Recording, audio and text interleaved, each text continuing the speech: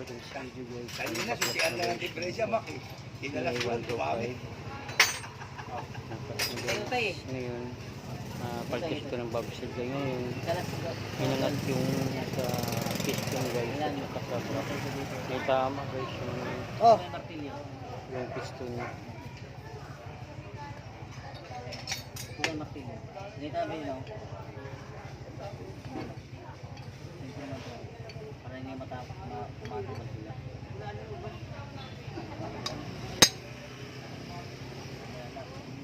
Yung lock, importante yung lock, i-set mo. Pasok mo dun sa ano. Yung lock, dalawang lock yan, Bin.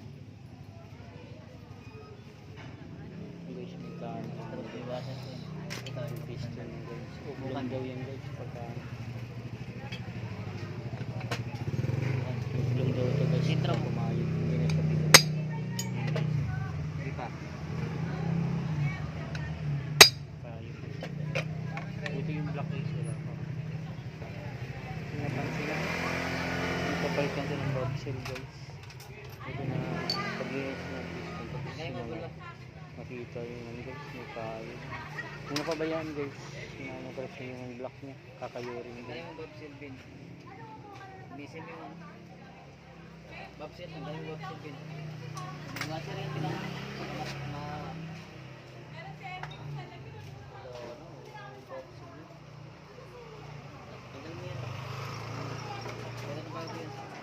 Balik na talaga yan. kaya dapat pinakapuli mo ito piston. Ilang taon na rin sa kanya to? 6 years na yata sa 6 years na. Yan tayo ang black to. Yan. Ang kaso ng piston. Ay, ibig sabihin ginawa na rin to? Ginawa na, palit block na yan. Patuyo na lang is. Ah,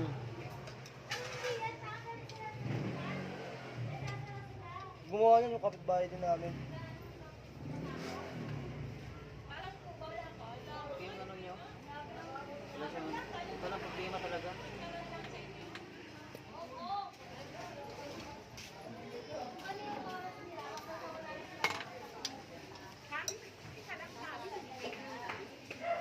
luwag na yun.